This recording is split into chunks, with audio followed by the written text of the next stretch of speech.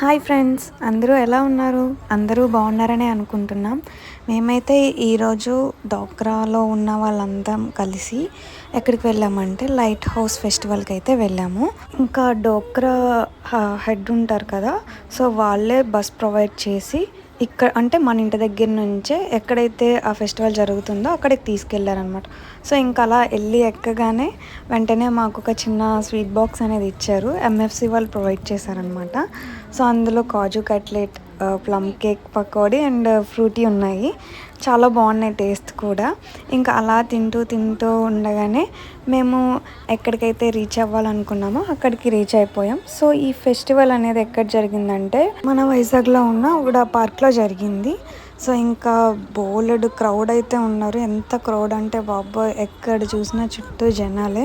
So ఇది free of cost అనమాట, ticket ఏమీ లేదు, ఫ్రీ ఎంట్రీనే. సో ఇంకా